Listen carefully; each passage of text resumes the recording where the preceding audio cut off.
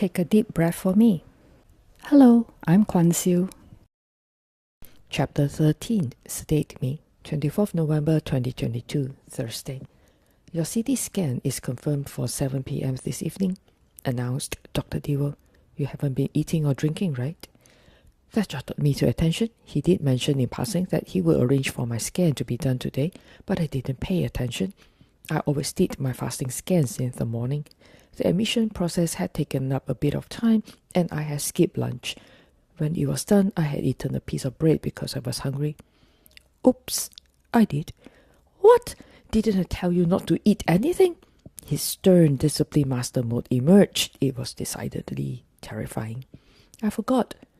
I was tense now. What was going to happen? Please don't tell me I need to wait until tomorrow. What time? He interrogated. Around 4, I answered timidly. What did you eat? A piece of bread. Drink? A bottle of water? He rolled his eyes and sighed. I really was an annoying patient. The main reason for fasting when undergoing a contrast-enhanced CT scan is to minimize possible side effects from the contrast agent, mainly nausea and vomiting. A piece of bread and a bottle of water wasn't much, right? Anyway, Dr. Dewar was adamant that the scan should go ahead. Leo managed to find me a single room this time. After the past few admissions, I was elated. I was in a different ward, so I was less self-conscious. None of the nurses here knew me. Whew. After I got settled, a nurse came in to set my IV line. The moment of dread. It took her a while to achieve her mission, although she did not manage to draw blood from it. I felt some discomfort when she was flushing the line, but when I alerted her, she insisted that it was fine. She had to stab me again on my other arm to draw blood for my blood tests. I was very annoyed, but I didn't express my displeasure. I could have informed Dr. Dewar, but I didn't. I knew he would instruct them to reinsert the cannula, but I didn't want to make a scene. They were late sending me to imaging, so the bread I ate didn't matter much after all. It was so quiet here during the night. There were a handful of patients, but none were queuing for the CT scan. I didn't need to wait for very long before the technician came to get me. Amin was a cantankerous fellow. From the moment I laid down on the examination table, he started expressing his displeasure with doctors scheduling inpatients for scans after operating hours, stressing repeatedly that the imaging facilities at this hour were reserved for emergency medicine and trauma services. I couldn't understand his disgruntlement. Although he was on shift, he was paid on a case basis, and the scanner was currently empty. My being there was actually beneficial to him. He was relentless. I turned my head away and ignored him, or else he would just go on and not start my scan. The horror arrived when the automated pump injected the contrast. I knew my IV line was bad, and this had proven it at the cost of my torment. I didn't know where I found my endurance. I remained still for the scan to complete, but I was crying. When Amin came back into the room to unharness me from the examination table, if he saw my tear-stained face, he didn't make any remarks. I was glad. I was in no mood for small talk, and I couldn't wait to get away from here. I dove into dinner as soon as I reached my room. I didn't care what I was served. My arm was in pain, and I was very hungry. "What's up?" I said. "Please ask the nurse to remove my cannula." Dr. Dewar said, "Why?" I said, "I don't need it anymore, right?" He didn't respond. An uncomfortable feeling was creeping up my spine. A few minutes later, my phone rang. "I have your CT scan result," said Dr. Dewar solemnly. "Are you trying to scare me again?" "Your urinary tract is fine, but they saw something in the liver." "Are you joking?" "No, I am very serious, but don't worry. It is not cancer." "Then why the theatrics? The insignificant liver lesion in your 2021 scan has become prominently bigger. We need to find out what it is. I will get a hepatologist to see you tomorrow, and he will likely want an MRI. So I have reason to go batshit crazy tonight?" "It was my plan to tell you this tonight, but you insisted on removing the IV line and not telling me why. I didn't agree immediately because you will need it for MRI, and I don't want you to suffer another IV line setup." "Please remove it. It is not working. I am already very distressed tonight. I don't want to be in pain too." "Don't worry, it is not cancer." "Don't worry. How can I not? You just told me you found an unknown lesion in my liver that is growing." Yes, which is why we need to find out what it is. You need to find out. I don't. I am happy not knowing. If it is not cancer, then why the urgency? I don't want to know. I was beyond mental now. Calm down. It is not cancer. Whatever it is, we will deal with it together. I'm sorry. That was uncalled for. I'm sure you are now regretting telling me this tonight. This is not uncommon. There are always insignificant unknown growths found in the human body. They are not necessarily harmful.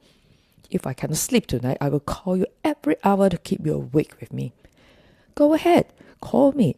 I won't be sleeping tonight anyway. I have to prepare my slides for tomorrow. Seriously, how psycho did he think I was? Just then, I heard his car door slam on his end of the line. He had gotten into his car.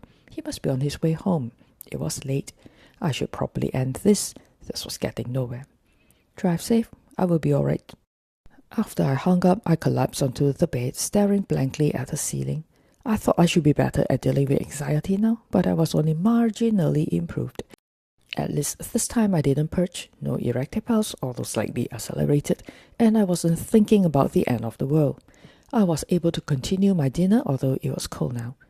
Knowing that I would have to wait until tomorrow to get answers was harrowing, so when Yoda called, I didn't tell him about this recent development. At this moment, one person worrying was enough. Adding another person to the worry party would not make anyone worry less. I needed more details so that I didn't create unnecessary panic. Deep down, I knew he would go through every pain and torture for me if he could, and that was enough. Knowing that I was well cared for and deeply loved gave me the strength to battle through many traumas and fears quietly without the need for attention and pity. What's up? Dr. Tiwa said. It's not harmful. I said, but it is not supposed to be there. Dr. Tiwa said, if you check every part of your body, you will definitely find something. I said, you regret telling me, don't you? Now you are struggling to undo it. Dr. Tiwa said, I am transparent. I will tell my patients everything. I said, just not tonight. Dr. Tiwa said, this is not my area of specialty. I need to find out more to explain it to you. I said, you need to rest. Dr. Tiwa said, I am burning the midnight oil. I have a debate tomorrow. I said, what's with you and arguing with people? Dr. Tiwa said, it's for the oncologist conference. I said, go get your stuff ready. Don't stress about my situation. The mind that is anxious about future events is miserable, quoted Seneca. 5th November 2022, Friday. After a cold and disquiet night, the warm light of the sun was comforting. I had moved to the couch by the windows for breakfast. Shortly after I was done, a tall, pleasant gentleman came into my room. He was animatedly jovial and greeted me with genuine enthusiasm. As he came near me, he stretched out his hand to shake mine, at the same time introducing himself. Hi, I am Billy Rubin and I am the hepatologist. Hi, pleased to meet you, I awkwardly reciprocated, clumsily maneuvering my arm across my breakfast tray. How could I be pleased?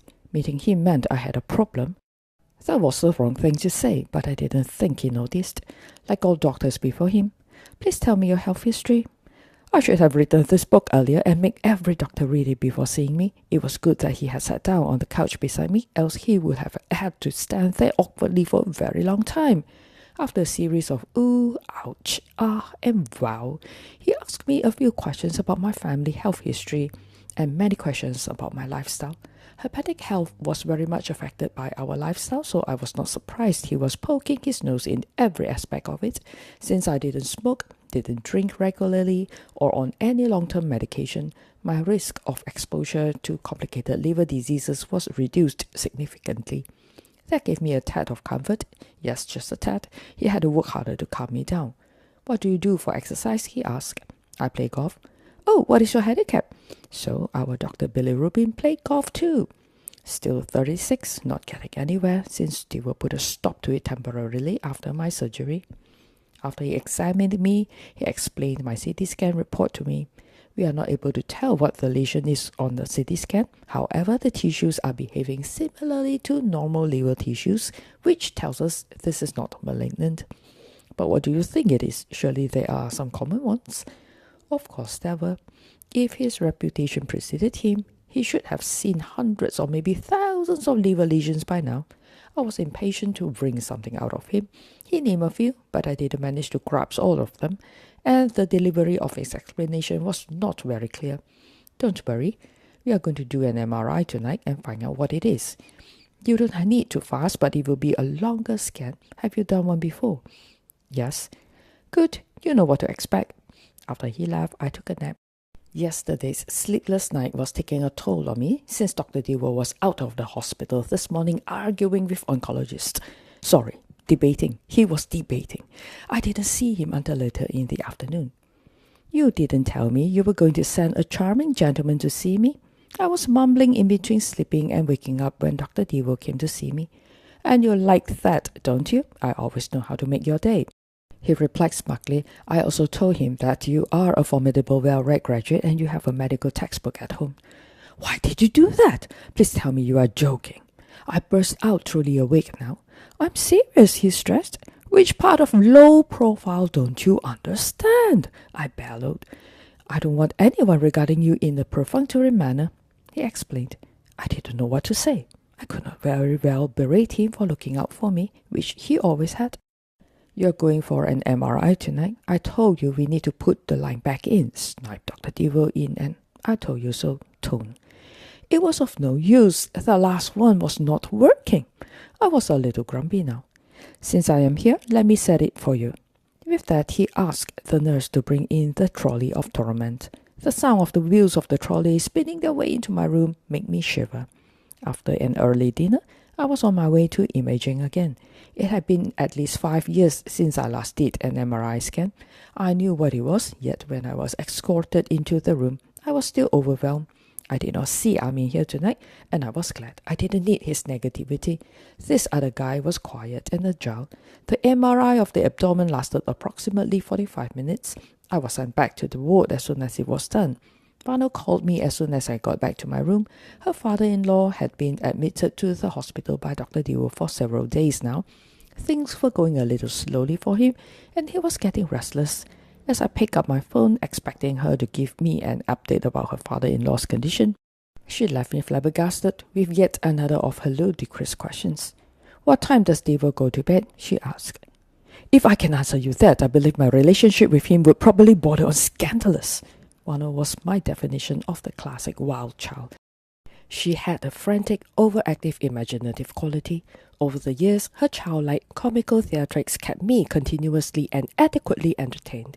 There was once she called me bright and early in the morning and shot straight into announcing, Dewar is talking about prostate health on the radio. I don't have a prostate. I want you to watch the live video. I am driving. I don't care. Check the video and ask him if they put makeup on him. No! A cousin is a little bit of childhood that can never be lost, quoted Marion C. Garrity. 26 November 2022, Saturday. This morning, Dr. Bilirubin was cheerful and excited as he came into my room. From his strikes, I was marginally sure I would be hearing good news. However, I seldom counted my chickens before they hatched. We are still not sure what it is other than it is not malignant, he said. That was not what I expected. He did suggest a few highly possible conditions. What do we do now? To find out exactly what it is, we have to do a biopsy. At this point, I find it unnecessary. We will monitor it for a period of time to see if it continues to increase in size. What is the monitoring frequency? I will see you in 2 months. We will do an ultrasound to look at the size of the lesion. That seemed manageable. It was easy to agree with a conservative doctor, and I was beginning to notice Dr. Bilirubin was one. Okay, I will see you in 2 months. Shortly after he ran out, Dr. Dewar came in. I believe they exchanged a few words outside. So there is nothing to be worried about. Are you happy now? Yes, thank you. But that still doesn't explain your flank pain. The only other organs here are your intestines. That made me jump. There was a family history that I was still in denial with. I knew what I needed to do, but I was reluctant to think about it. I was debating with myself if I should voice out this concern, which I was very sure Dr. Dewar would want me to follow up with a proper screening. I came this far, and I believed I needed someone to give me a push to go further. My family has a history of colorectal cancer. I did a colonoscopy 8 years ago, I said guardedly. It is time to do another one. Bilirubin can do that for you. He is also a gastro. I thought I was going home today. If you have the scope done here, I can cover you with antibiotics. Since you are so prone to UTI right now, I am worried the process of prepping for the scope will contribute to it. My hesitation was mostly because I was very disheartened to go through another test or scan or examination or whatever. I was just really fed up with it all. And if you are doing that, you might want to consider endoscopy as well, suggested Dr. Devo. I will think about it. As reluctant as I was to go through a colonoscopy, I knew it had to be done as part of my screening routine and also to investigate my abdominal pain. With Yoda's encouragement, I proceeded to inform Dr. Bilirubin to plan for it, both a colonoscopy and an endoscopy. Dr. Bilirubin came to see me later to go through each step of both the procedures and the preparation process with me. So I start prep tonight? No, tomorrow night. Why? The Scope Center is not open on Sunday. At this point, I truly believe the forces of the entire universe work very hard to make sure I had a long retreat in the hospital. Except for my surgery early in the year, absolutely nothing had gone according to plan or behaved as expected. Being a meticulous planner, this year presented a monumental mess that challenged my sanity. Throughout this year of madness, I had also taught myself to always look at the bright side in every dark circumstance I got myself into. My unplanned time in solitude allowed me to appreciate the value of isolation and self-reflection. Being alone with my thoughts enabled me to prioritize and re-evaluate my goals and drew a line on the limit of nonsense I was willing to put up with. I was also grateful that although I was in a hospital, I had not suffered like most patients here. I was well taken care of and I was comfortable. I hope I didn't enjoy it to the point of making this an addiction. Solitude is where I place my chaos to rest and awaken my inner peace, quoted Nikki Rao. Towards the evening, Yoda brought the kids to see me. I was delighted. They were supposed to be here for the weekend to fetch me home. Well, plans changed. Seeing them strengthened my resolution that this was the responsible thing to do. It was then that I realized that one of the most important things that we could do for the people we loved was to take care of ourselves. 27 November 2022, Sunday. It was a quiet Sunday morning. I was dreading the scope prep process. I couldn't recall when I needed to start drinking the bowel prep solution. 8 years ago, I remembered I needed to adjust my diet a day before to just plain bread and water and started drinking 2 liters of prep solution as early as 6 p.m. It was not particularly pleasant. It tasted like fermented coconut water. I was told I needed to drink less this time and there was no change to my diet. Apart from reading, I did very little throughout the day. I was very distracted by thoughts of my uncle during the very last moments of his life. I remembered that morning 10 years ago. I was awakened by a phone call at 4 a.m., receiving news that my uncle had hematemesis, threw out blood and passed out. We called an ambulance and Yoda drove me to the hospital to wait for him. That was the longest 20 minutes of my life. I was pacing in and out of the emergency bay entrance. I couldn't stay put. His daughter, who worked out of town, was on her way back, but that would be at least a 2-hour journey. Approximately 3 years before his passing, my uncle was diagnosed with colorectal cancer. He was treated with partial colectomy and chemotherapy. After a period of remission, his condition relapsed, which he had kept from his family. Naive as I was, I had not feared the worst because he had survived it. I was very positive that once we got him to the hospital, everything would be fine. In fact, I saw him the morning before. He came over and we had breakfast together. Everything was going to be all right. When the ambulance arrived, I rushed to him. He was suffering from hypovolemic shock, shaking uncontrollably, conscious but unable to speak. An oxygen mask covered his face. He was swiftly transferred from the gurney to a bed at the emergency bay and covered with piles of blankets. I stood and watched quietly at a corner within reach, but out of the way of the emergency response personnel who were hooking him to various machines and tubes with efficient speed. A nurse came over and started asking me questions. I gave her the name of his doctor and a brief history of his health condition. They were preparing him for transfer to ICU. Uncle, don't worry. You are all right now. You are at the hospital. Your doctor is coming to see you. Everything will be all right. I truly meant what I said because I was naive and had not fully understood the severity of his condition. I believed he had survived one major surgery and he would get through another one if needed. I followed him when they moved him to the ICU, continuously reassuring him, not really sure if he could hear me, but I didn't stop.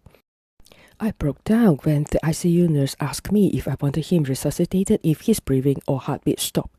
I knew this was an important practice in intensive care medicine, but I couldn't bring myself to make this decision for him or his family. Can we wait? His daughter is arriving soon, I stalled. No, we need an instruction now. He will lose consciousness soon, said the nurse.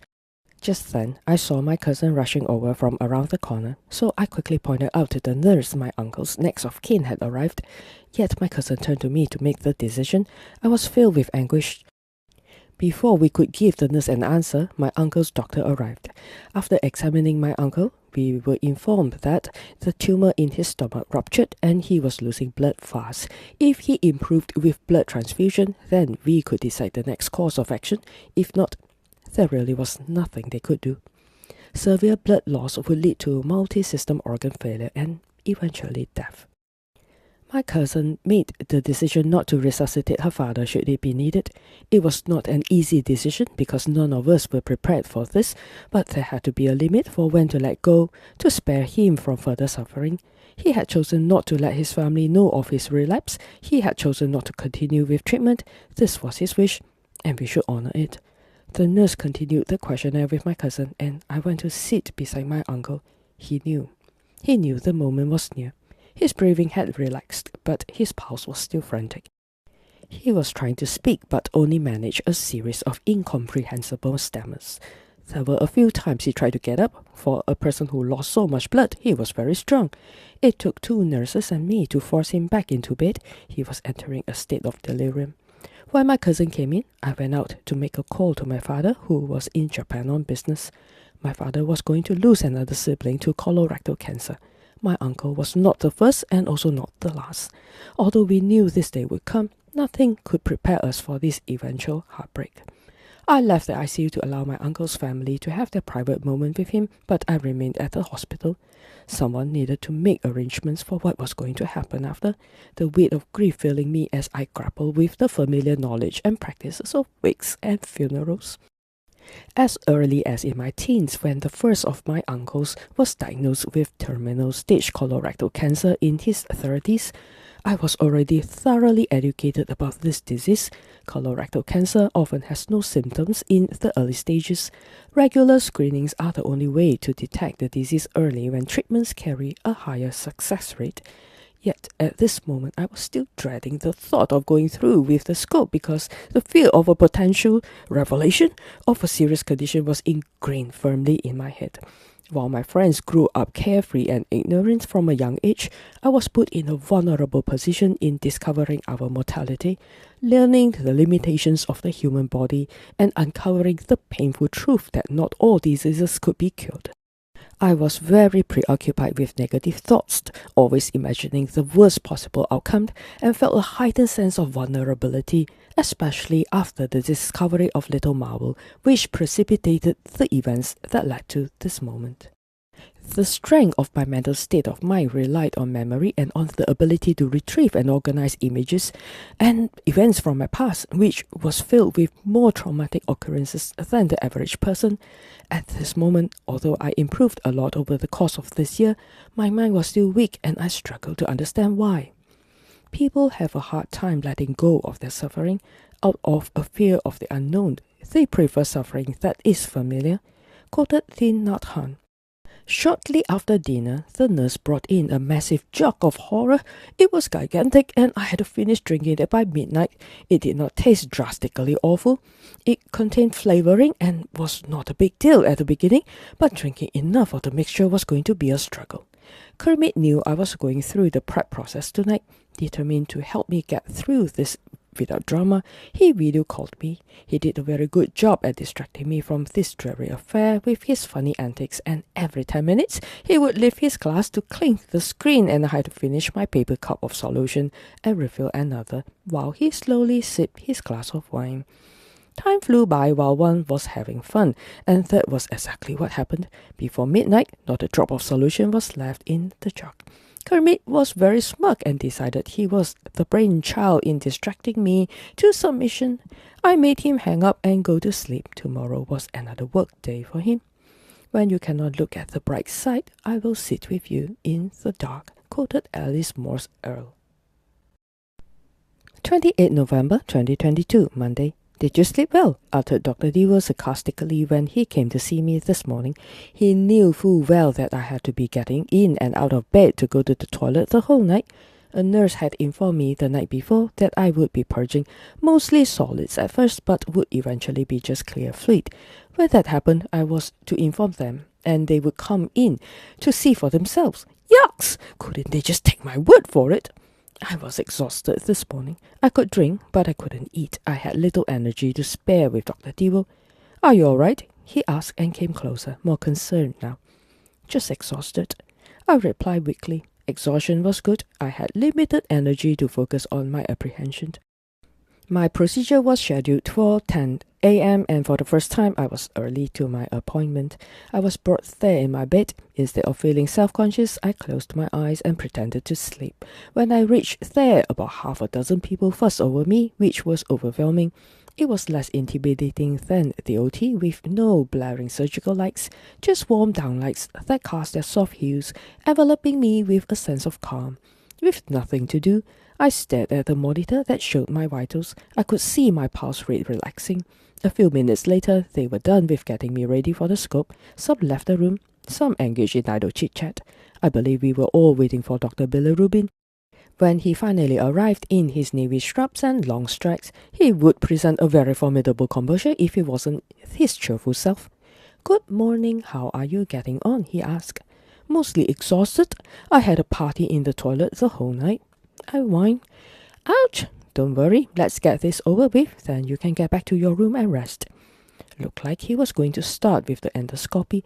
I had never done an endoscopy before and I didn't know what to expect. Yesterday, Dr. Dewar terrorized me with his detailed description of his own endoscopy experience when he was wide awake and gagging. That didn't help very much, although that made me laugh. He was very good at that. A mouth guard was placed in my mouth. I didn't know what it was for at first, but later found out that it was to protect the endoscope from my teeth. Picturing a tube going into my throat was traumatizing. However, I was spared going through that consciously. The last thing I saw before I was unconscious was Dr. Bilirubin injecting me with the sedative. Falling unconscious with sedation was different compared to GA. Instead of feeling my whole body getting heavy, this felt like falling into a short nap. Having said that, my nap was not short at all. When I woke up, I was already back in my room. The blood pressure gauge curve wrapped around my arm, with no recollection of having gone through both endoscopy and colonoscopy. I saw my lunch on the overbed table, which had already gone cold. I was asleep for almost 3 hours. The diet staff came in to check on me and offered to reheat my lunch. That was very kind of her. I had no appetite to eat, but I knew I had to fill my tummy somehow. I managed a piece of pastry and a warm drink during the tea break. I spent the rest of the afternoon reading since I was all napped out. At the end of his workday, Dr. Bilirubin came to see me, bearing good news. Your upper and lower digestive tracts are clear. There is a bit of inflammation, but nothing to worry about. Initial swab test for Helicobacter pylori turns out negative, but I have sent a biopsy to the lab, reported Dr. Bilirubin. Why do we still need a biopsy if the swab test is negative? Sometimes the swab test is inaccurate, explained Dr. Bilirubin. Then why do the swab test? I was not trying to be difficult, but I had to know. That is the fastest way of diagnosing Helicobacter pylori infection during endoscopy, and apart from confirming the negative result, the lab also investigates the biopsy for other abnormal conditions. That worried me a little. Did Dr. Dewar not tell him about my ludicrous anxiety? He must have noticed my sudden change in countenance. Don't worry, I don't expect there to be anything. Dear Dr. Bilirubin, I apologize if I have been a demanding patient. Your unwavering positivity had been a bright light in my darkest moments. Thank you. What's up? Stefan said, what is the outcome of your scope? I said, clear. Stefan said, now you have peace of mind. I said, yes. Stefan said, now is a good time to say, I told you so. I said, if you are not 7 time zones away, I believe I will punch you. Shut up. The relief experienced after receiving favorable health test results was a multifaceted physical and emotional reaction, which was difficult to describe in words. It felt like an end to a tormenting period and opened the door to a more hopeful future. As much as I wanted to punch Stefan, I was delighted to share my good news with him. Dr. Dewo came after his clinic. "Aren't you glad you went through the scopes? Now you have peace of mind." "Yes, if it wasn't for your persistence in pushing me towards going through everything, I would still be tortured by anxiety. Thank you." 29 November 2022, Tuesday. My abdominal bloating did not improve. I was able to eat, but in gradual portions. I highlighted this to Dr. Bilirubin when he came to see me this morning. He was not surprised since this was a common occurrence after scope. He was a very conservative doctor who preferred that I wait and let the condition resolve by itself. He was happy to send me home, and I could come back to see him at a later date to collect my gastric biopsy report. I didn't see Dr. Dewo until late into the afternoon. "Considering you have been purging repeatedly to prep for the scope, I would prefer you complete one more day of antibiotic. I will let you go tomorrow. In fact, I will prepare your discharge papers now so that you don't need to wait for me. I will be occupied in the OT tomorrow morning." Finally, after what was supposed to be a one-night stay that turned into a week-long affair, I was going home. "Can I ask, when I was under GA during surgery, was there a tube in my throat?" "There is always a tube in the throat," replied Dr. Dewo. Why didn't I know it? I mean, the people I know who have been through GA complained about sore throat after. How come I didn't feel anything? "That is because your anesthetist is very good." Dr. Dewo spoke of his colleague, Dr. Guest, with pride. "Dear Dr. Guest, you are the silent hero in the operating theatre. It would be a pain not having you. Thank you. Despite everything that happened this year, I have been very fortunate. No one wants to be sick, but when I was faced with illness, I was cared for by the best people, responded well to treatment, and got back on my feet in record time. During these moments of adversity, I was surrounded by kind friends and enveloped by the love of my family. I was obedient in observing doctor's orders, and I didn't complain because I knew things could be worse, but they were not, so I was grateful. Overcoming difficulties with gratitude polishes the soul and enables us to become heavenly souls, quoted Keishu Okada. At around 9 p.m., while engrossed in my book, Aisha, one of the nurses, came in to get my vitals. While waiting for the blood pressure gauge to give its reading, "Ma'am, are you not bored being here alone for so many days? You should find yourself a boyfriend in the city to keep you company," she joked. These girls were playful and bordered on notorious. Throughout my many stays here, they didn't fail to entertain me. "Maybe I should.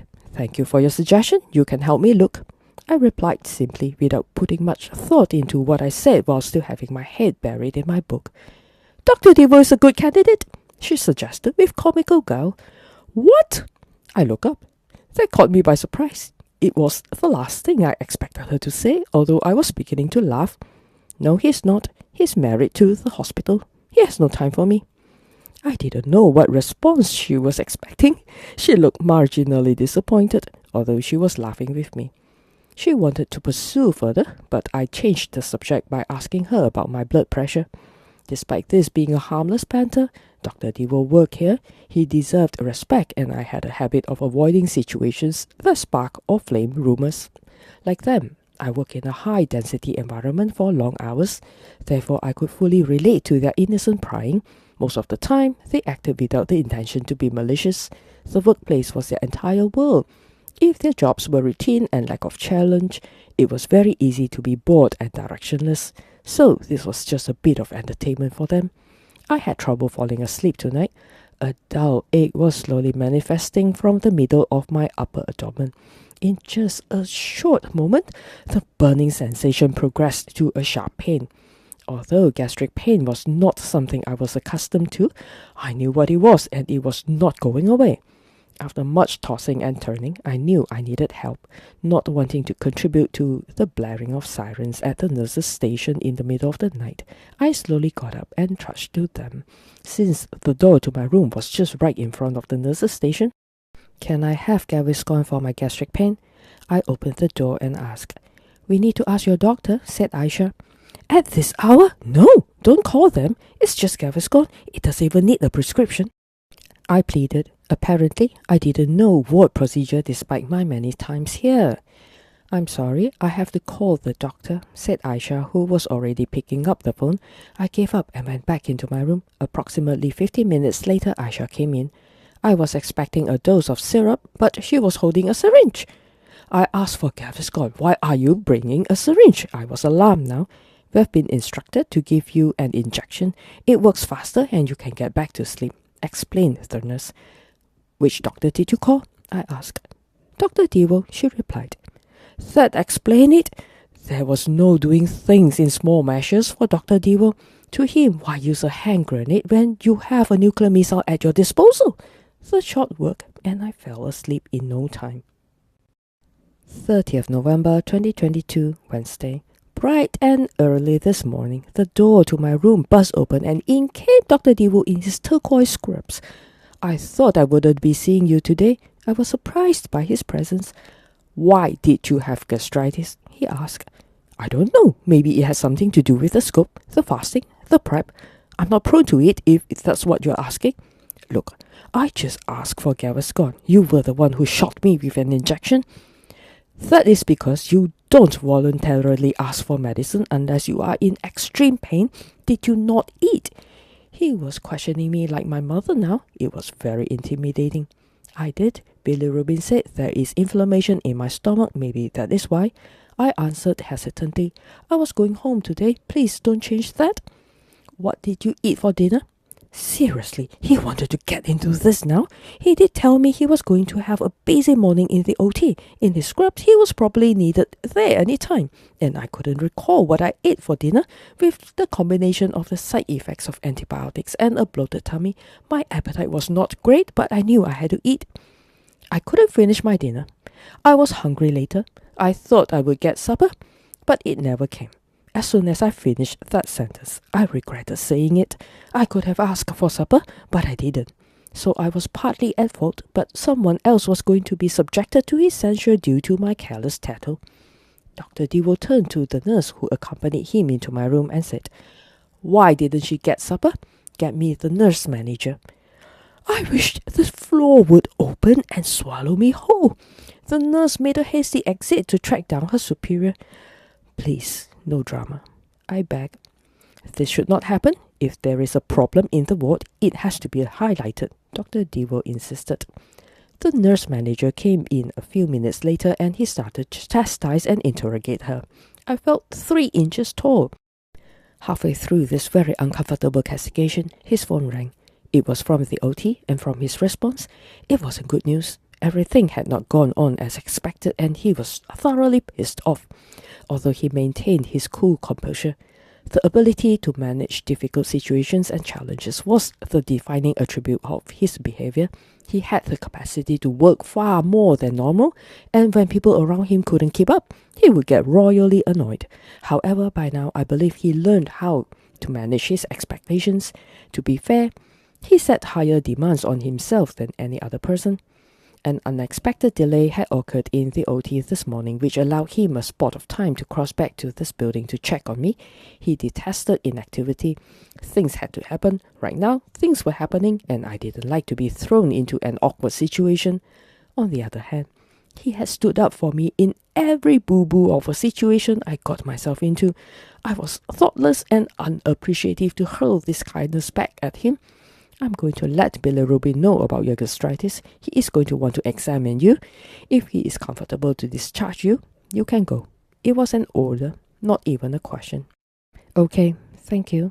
Not that my agreement meant anything, yet it seemed rude not to respond. It was the right thing for him to do. I couldn't go home with a problem unresolved. I learned my lesson many times over. It was best not to defy an expert when I was not one in this field. Dr. Bilirubin came to see me after my breakfast. He was concerned, but not as much as Dr. Devo, probably because he had seen the inside of my stomach. I thought the pain was gone, but it was still there when he gently pressed on my midriff.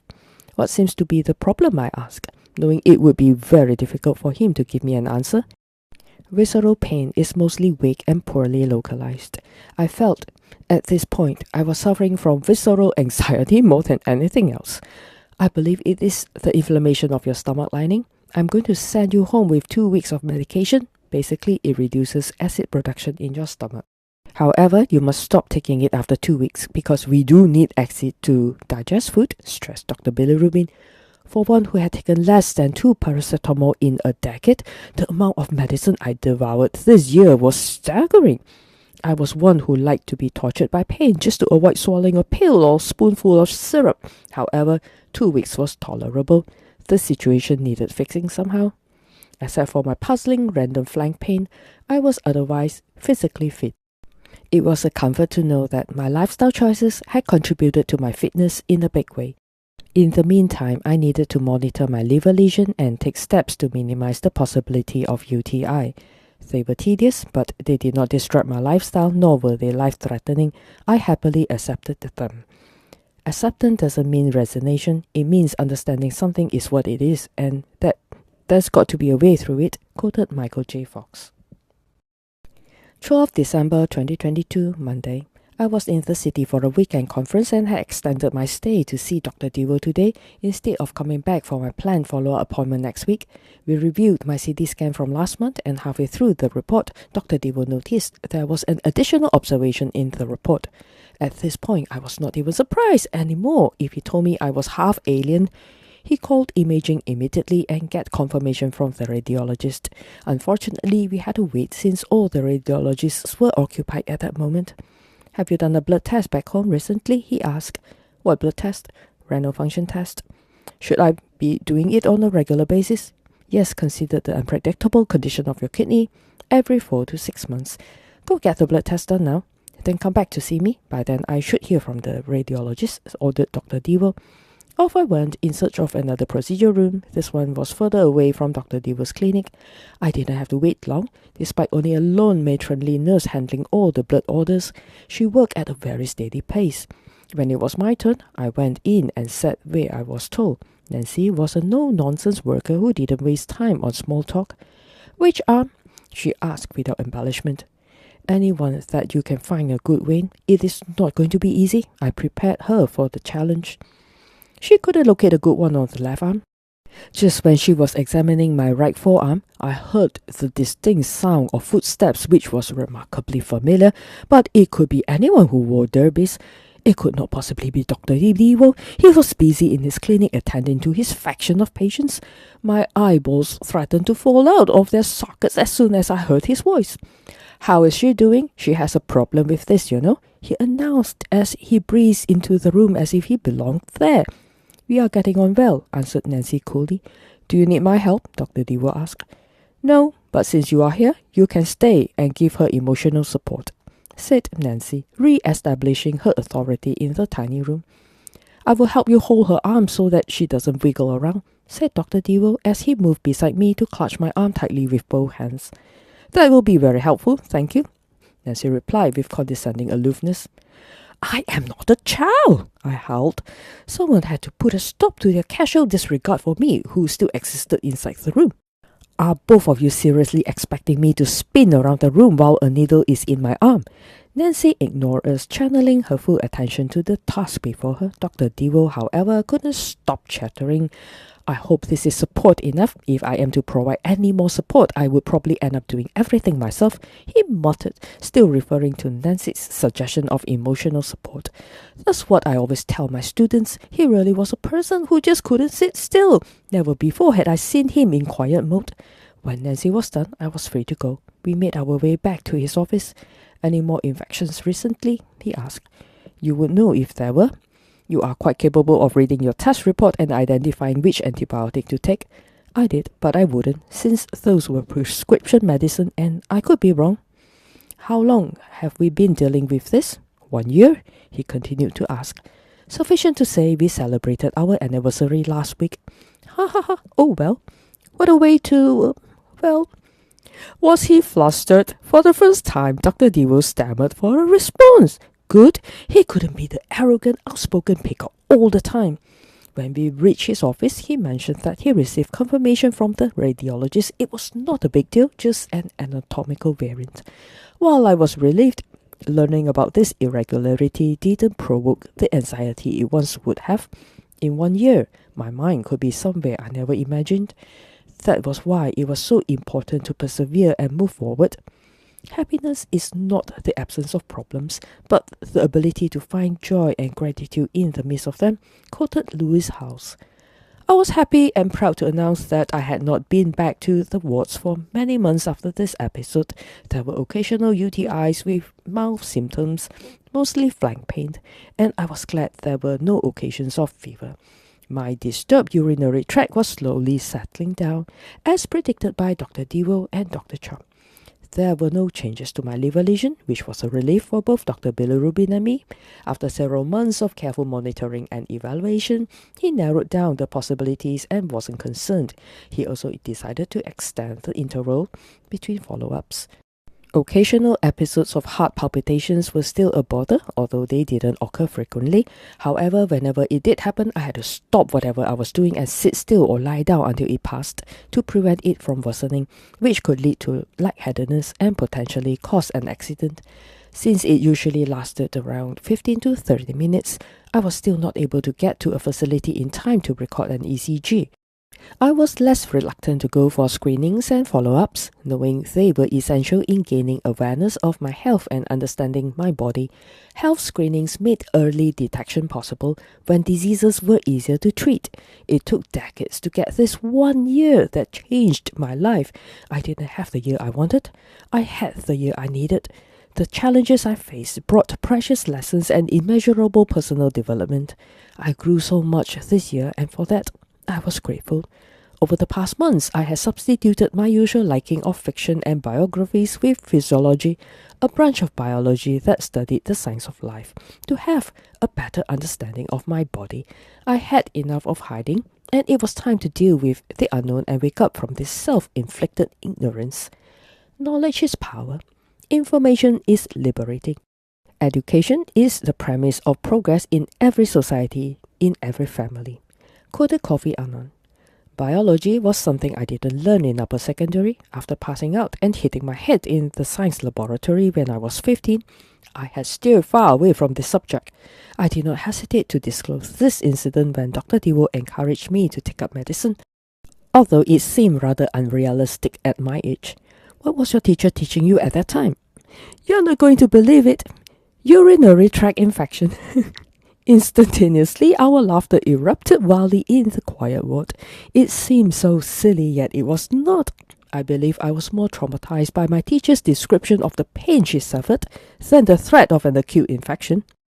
Never thought my strength and resilience would be repeatedly tested throughout this entire year. Everything happens for a reason. Nothing happens by chance or by means of good luck. Either they are moments of true greatness or agony. They occur to test the limits of endurance and humility. Quoted unknown. Driven by my thirst for a greater understanding of the human body, specifically my own, and to overcome my trepidation towards physical pain, I committed myself to an online anatomy course. It was a demanding project and I didn't expect to complete it, but I surprised myself, even though I took a longer time than recommended. After spending hours watching dozens of videos of cadaver dissections, I was convinced that there were minimal chances of me having vasovagal attacks, as opposed to what Dr. Dewey so artistly suggested. Either I had gotten over it, or it was never a problem for me.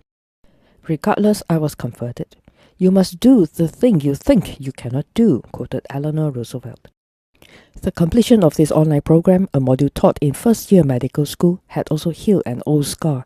It had put to rest a quiet inadequacy hidden in my subconscious from years of being disparaged by one who was supposed to be my significant other, who judged me for being mentally weak and academically inferior. This was an affirmation to me that I didn't pursue a career similar to his because I was not interested, not because I couldn't. A lot of things broke my heart, but fixed my vision. Just because a relationship had lasted a long time, it didn't mean it was working. When we lose our emotional attachment to someone, only then do we realize how normal they are. It is our love and our energy that make them spectacular. Thank you very much for listening. If you would like to keep following the story, click here to listen to the next chapter.